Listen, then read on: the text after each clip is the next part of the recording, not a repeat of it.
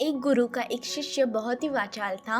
वह हर समय बोलता रहता, दिन भर इधर उधर की बातें करता, भिक्षाटन के लिए जाता तो हर घर से एक नई कहानी लेकर आता और आश्रम से दूसरे शिष्यों को सुनाता। एक शिष्य से दूसरे शिष्य की बुराई करता, चुगली करता और दूसरों के सामने अच्छा बनने का प्रयास करता। खुद के मुंह से खुद ही की तारीफ करता रहता और हमेशा खुद ही को गुरु के सामने सबसे बुद्धिमान और उत्तम शिष्य साबित करने का प्रयास करता। इससे पहले कि आप वीडियो में खो जाए, चैनल को सब्सक्राइब कर लीजिए। वह खुद को सभी शिक्षकों से अलग और श्रेष्ठ मानता था। उसका कहना था कि मैं एक अमीर घराने का लड़का हूँ। अगर मैं चाहता तो एक आरामदायक और सुविधाओं से भरा जीवन जी सकता था, लेकिन मैं वह सब छोड़कर यहाँ आ गया क्योंकि मुझे सत्य की खोज करनी है, खुद को जानना है, जीवन को जानना है, इसलिए मेरा त्याग तुम सबसे बड़ा है। एक दिन गुरु ने आश्रम में सभी शिष्यों को बुलाकर कहा, आप सभी को अगले 1 महीने के लिए कोई न कोई संकल्प लेना है। इससे आपकी संकल्प शक्ति मजबूत होगी और आप में आत्मशक्ति का संचार होगा। आप सभी अपने अपनी सामर्थ्य के अनुसार कोई भी संकल्प ले सकते हैं और 1 माह से पूर्व आप में से जिस शिष्य का भी संकल्प टूटते जाए वह अपनी पुरानी दिनचर्या में वापस आ जाए। सभी शिष्यों ने अपनी शक्ति के अनुसार छोटे बड़े संकल्प लिए और गुरु को अपने अपने संकल्प के बारे में बताकर वहाँ से चले गए। लेकिन वह वाचाल शिष्य खुद को सबसे अलग और बड़ा दिखाना चाहता था, इसलिए वह सीधे गुरु की कुटिया में पहुँच गया और बोला, मैं कोई छोटा मोटा संकल्प नहीं लेना चाहता बल्कि खुद की भांति एक बड़ा और महान संकल्प लेना चाहता हूँ। कृपया आप ही बताएं क्या संकल्प लेना चाहिए मुझे। वाचाल शिष्य की यह बात सुनकर मुस्कुराए और बोले, क्या तुम मेरे द्वारा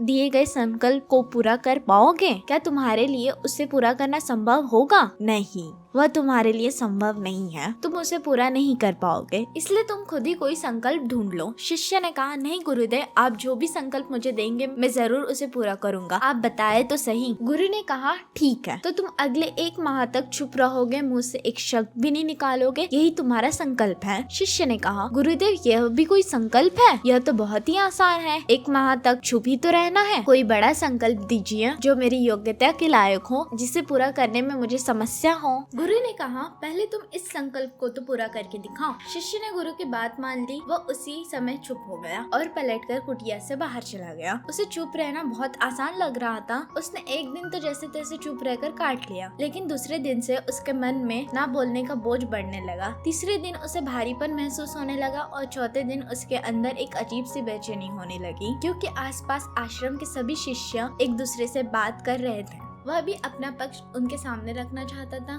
उनकी बोलती बंद कर देना चाहता था, लेकिन उसका संकल्प उसके आड़े आ रहा था, इसलिए वह पूरे दिन सिर्फ और सिर्फ आंखें बनाता रहता। इसी तरीके से कुछ दिन और बीते और वैसे ही वह बीमार पड़ गया। उसका सर फटा जा रहा था, उसका खाने पीने में मन नहीं कर रहा था, वह सिर्फ बोलना चाहता था। वह गुरु के पास गया और उनके सामने बैठकर लिखकर उन्हें बताया, गुरुदेव मैं बोलना चाहता हूँ, बिना बोले मुझे सांस नहीं आ रही, मेरा दम घुटता जा रहा है, मैं अंदर ही अंदर पागल हुआ जा रहा हूँ, मैं क्या करूँ? संकल्प तोड़ दूं क्या? यह पढ़कर गुरु मुस्कुराए और बोले, संकल्प तो तोड़ने के लिए ही होते हैं, लेकिन जो अपने संकल्प को पूरा कर लेता है वही अपनी शक्ति को बढ़ाता है, और जो अपनी आंतरिक शक्ति को बढ़ाता है वह समझ और जागृति की राह पर आगे बढ़ जाता है। संकल्प का लेना फिर तुम्हारे ही हाथ में था और इसे तोड़ना भी तुम्हारे ही हाथ में है। तुम्हारे बहुत से गुरु भाई अपने संकल्प को तोड़कर अपनी पुरानी दिनचर्या में वापस जा चुके हैं। अगर तुमसे नहीं हो पा रहा तो तुम भी संकल्प छोड़कर अपनी पुरानी दिनचर्या पर वापस जा सकते हो। लेकिन याद रहे, अगर आज तुम इस छोटे से संकल्प को भी नहीं संभाल पा रहे तो तुम अपनी बाकी की पूरी जिंदगी को कैसे संभाल सकोगे? मुझे इस पर शक है। बाकी फैसला पूरी तरह से तुम्हारे हाथों में है। गुरु की यह बात शिष्य के दिल पर चोट कर गई। वह बिना कुछ बोले वहाँ से वापस चला गया और खुद को अपनी कुटिया में बंद कर लिया। वह केवल अपनी जरूरी काम के लिए ही कुटिया से बाहर निकलता, बाकी सारी समय कुटिया के अंदर ही बैठा रहता। 15 दिन बीत चुके थे और आश्रम के लगभग सभी शिक्षकों का संकल्प टूट चुका था, लेकिन उसी वाचाल शिष्य का संकल्प अभी भी जारी था। संकल्प लेने के बाद से अब तक उसने एक शब्द भी ना बोला था। सारा आश्रम हैरान था कि इतना बोलने वाला इंसान चुप कैसे हो गया। 15 दिन बीतने के बाद वह दोबारा अपने गुरु के पास गया और लिखकर बताता है, गुरुदेव मैं बाहर से तो चुप हूँ, लेकिन मेरे भीतर बहुत सी आवाजें हैं, बहुत से चीख पुकार और शिकायतें हैं। मैं अंदर ही अंदर बात करता रहता हूँ, मेरा मन तरह तरह के प्रश्न पूछता रहता है। मैं बाहर से जितना मौन हूँ, लेकिन मेरे भीतर बहुत सी आवाज है। मुझे शक हो रहा है संकल्प अभी भी मेरा जारी है या नहीं। बुद्ध ने कहा, हाँ तुम्हारा संकल्प जारी है, लेकिन जब तक लोगों के आवाज तुम्हारे कानों में पड़ते रहेंगी तुम्हारा मन बोलता रहेगा, क्योंकि इसे तो आदत है बोलने की। तुम भले ही बाहर से चुप रहो लेकिन तुम अंदर ही अंदर बोलते रहोगे। तुम्हें इन बातों से, इन आवाजों से दूर जाना पड़ेगा। वह वाचाल शिष्य गुरु को प्रणाम कर वहाँ से चला जाता है और सुबह होते ही अपनी कुटिया छोड़कर जंगल की तरफ चला जाता है। कई दिन बीत जाते हैं, संकल्प का समय भी पूरा हो जाता है, लेकिन वो शिष्य लौट कर नहीं आता। आश्रम में सभी को डर था कि कहीं जंगल के जानवरों ने उसे खा न लिया हो। इस बीच उसे ढूंढने की बहुत कोशिश की गई, लेकिन वह नहीं मिला। सभी गुरु भाइयों ने मान लिया था कि जंगली जानवरों ने उसे अपना शिकार बना लिया है, लेकिन गुरु को ऐसा नहीं लगता था। एक दिन आश्रम का एक शिष्य गुरु के पास आया और बोला, गुरुदेव, उस वाचाल शिष्य के साथ क्या हुआ होगा? क्या जानवरों ने उसे मार दिया होगा? गुरु ने कहा, हो सकता है कि जानवरों ने उसे अपना शिकार बना लिया हो, लेकिन उसके ना लौटने की एक दूसरी वजह भी हो सकती है। शायद उसे वह मिल गया है जिसके लिए वह गया था। शिष्य ने पूछा, गुरुदेव, क्या ज्यादा बोलना इतना हानिकारक होता है? गुरु ने कहा, इंसान के जीवन के बहुत सारे दुखों में से एक दुख यह भी है कि वह कभी चुप नहीं रह सकता, हमेशा कुछ न कुछ बोलता ही रहता है। सिर्फ हमारे बोलने के कारण हमारे आधे से ज्यादा दुख पैदा होते हैं। परिवार के अधिकतर झगड़ों की वजह हमारे बेमतलब बोलना ही होता है। हम में से कोई भी चुप नहीं रहना चाहता, हम बस सामने वाले को सुना देना चाहते हैं। जो भी हमारे मन में है सब निकाल कर उसके मन में बैठा देना चाहते हैं। उसे समझा देना चाहते हैं कि देख, तू गलत है और मैं सही। आखिर ये कहाँ तक उचित है, क्योंकि दूसरा भी तो यही कर रहा है। और इस तरीके से सब एक दूसरे की सड़ी गली बातों को ग्रहण कर रहे हैं, फिर समय के साथ उन्हीं बातों के पदों को करते रहते हैं और एक दूसरे को सुनाते रहते हैं। इस तरीके से सुनने और सुनाने का यह काम जिंदगी भर चलता रहता है, लेकिन इस नासमझी में हम खो देते हैं अपना समय, अपना जीवन, अपने समझ और सबसे महत्वपूर्ण व कीमती पल जो जिए जा सकते हैं, जिनको अनुभव किया जा सकता है, जिनमें आनंद प्राप्त किया जा सकता है। लेकिन इसके बदले हमें मिलता क्या है? कुछ नहीं, सब व्यर्थ और बर्बाद हो जाता है। इस पागलपन में हमने क्या खो दिया, इसका एहसास केवल कुछ लोगों को हो पाता है। बाकी लोग जैसे उन्हें अपने आने का पता नहीं, वैसे ही उन्हें अपने जाने का भी पता नहीं चलता। शिष्य ने कहा, तो फिर इसका समाधान क्या है? गुरु ने कहा, पूरी जागरूकता के साथ अपने विचारों को देखना, यही एकमात्र तरीका है सारी मानसिक समस्याओं का।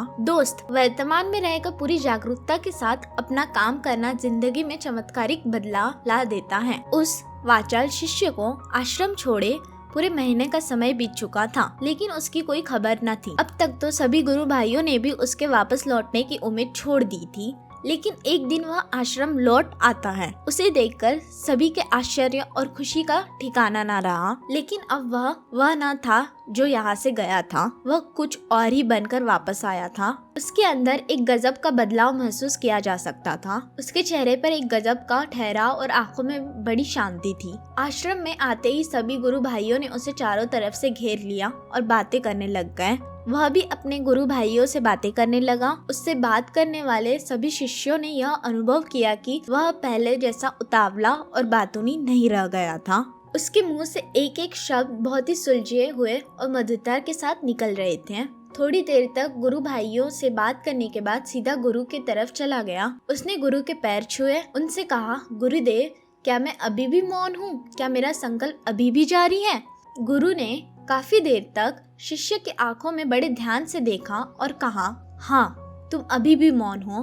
तुम्हारे मुंह से एक भी शब्द निकल नहीं रहा और तुम्हारा संकल्प अभी भी जारी है। शिष्य ने कहा, गुरुदेव, जब मैं आश्रम से गया तो मैं मुंह से तो चुप था, लेकिन मेरे अंदर बहुत सी आवाजें थी, मन में बहुत से प्रश्न थे और वह बंद नहीं हो रहे थे। तो मैं जंगल में और गहरा चला गया, इस उम्मीद से कि वहाँ मुझे शांति मिलेगी और मेरे मन की बकबक कम हो जाएगी। लेकिन मैं जितना एकांत में जाता गया, मेरे अंदर की आवाज उतनी ही तेज होती गई। मेरे भीतर की और पुरानी से पुरानी आवाज मुझे सुनाई देने लगी। तब जाकर मैंने महसूस किया कि मैं कितना गलत कर रहा था। जब मैं अपने परिवार वालों, दोस्तों और गुरु भाइयों को बुरा भला कहता था, तो उस समय मुझे लगता था कि मैं सही कर रहा हूँ। जब मैं गुरु भाइयों की एक दूसरे से चुगली करता और उनका मजाक बनाता था, तभी मुझे यही लगता था कि मैं उनसे बेहतर हूँ और मैं सही कर रहा हूँ। लेकिन उस दिन मैंने पहली बार महसूस किया कि मैं कितना गलत बोलता था। काफी दिनों तक यह आवाज, यह शिकायतें मेरे अंदर चलती रही, लेकिन धीरे धीरे करके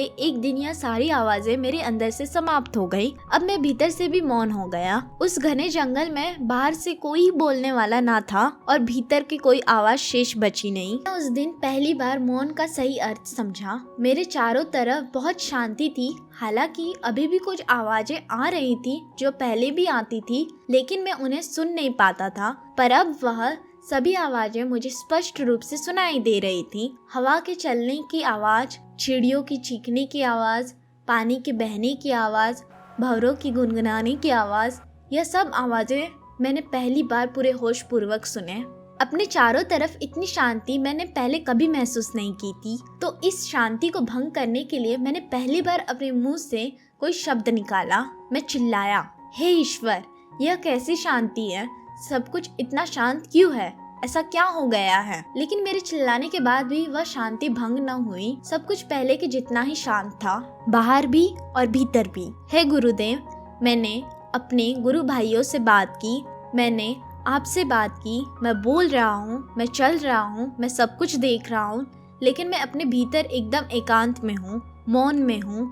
भीड़ में होता हूँ तब भी भीतर से अकेला एकांत में होता हूँ। जब मैं खुद में भी शोर करना चाहता हूँ तभी एकांत में ही होता हूँ। अब सब दिखाई पड़ने लगा है, सब सुनाई पड़ने लगा है। गुरु ने कहा, जब तक हम बाहर की तरफ बोलते रहेंगे भीतर शांति रहेगी। जिस दिन हम भीतर की तरफ मोड़ जाएंगे फिर बाहर हमारे मुंह से कुछ भी निकले हम शांत ही रहेंगे। दुनिया में जितनी भी बुराइयां हैं ज्यादातर हमारे बोलने से उत्पन्न होती है, क्योंकि हम चुप रहना नहीं चाहते। हम जितनी जरूरत है उससे कहीं ज्यादा बोलते हैं। हम सामने वाले को सुनना नहीं चाहते बल्कि उसकी बोलती बंद कर देना चाहते हैं। उसे समझा देना चाहते हैं कि मैं कौन हूँ। बस यही हमारी जिंदगी का मकसद बनकर रह जाता है। हमारी ऊर्जा इस व्यर्थ के बोलने में बर्बाद होती रहती है। ऐसे पति पत्नी का जीवन दुखों से भर जाता है, जो हमेशा एक दूसरे को सुनाने में लगे रहते हैं। कभी एक दूसरे को सुनना नहीं चाहते, समझना नहीं चाहते, और चुप रहना तो उन्होंने कभी सीखा ही नहीं, क्योंकि चुप रहना उन्हें छोटा महसूस करवाता है। दुनिया की सभी लड़ाइयों का कारण हमारा बोलना ही है, इसलिए हमें सिर्फ इतना ही बोलना चाहिए जितना जरूरी है, क्योंकि व्यर्थ का बोलना ऊर्जा को नष्ट करना है, और यह बोलना ही हमें कभी अपने भीतर की ओर लौटने नहीं देता, क्योंकि यह हमें बाहर की ओर खींच कर रखता है, और बाहर है ही क्या इस संसार के अलावा। लेकिन अगर अपने भीतर के संसार की ओर मुड़ना है तो इस मुंह को बंद ही रखना चाहिए। इसलिए जितने भी बौद्ध हुए, आत्मज्ञानी हुए, वह सभी एकांत की ओर भागे, ताकि उन्हें ज्यादा बोलना ना पड़े, ज्यादा सुनना ना पड़े। वह एकांत में रहे और शांत रहे, इसलिए आसानी से भीतर की यात्रा कर पाए। लेकिन अगर कोई चाहे तो इस संसार में रहकर भी एकांत में रह सकता है, शांत रह सकता है, लेकिन इसके अलावा उन्हें अपनी ऊर्जा बचानी होगी, जिसे अब तक अपने व्यर्थ के शब्दों में बर्बाद कर रहे थे। दोस्तों, इस कहानी की यही सीख है कि व्यर्थ का बोलना ऊर्जा को नष्ट करना है, और यह बोलना ही हमें अपने भीतर की ओर लौटने नहीं देता, क्योंकि यह हमें बाहर की ओर झुकाए रखता है। और जिन्हें भीतर की यात्रा करनी है उन्हें अपने मुंह को बंद रखना चाहिए।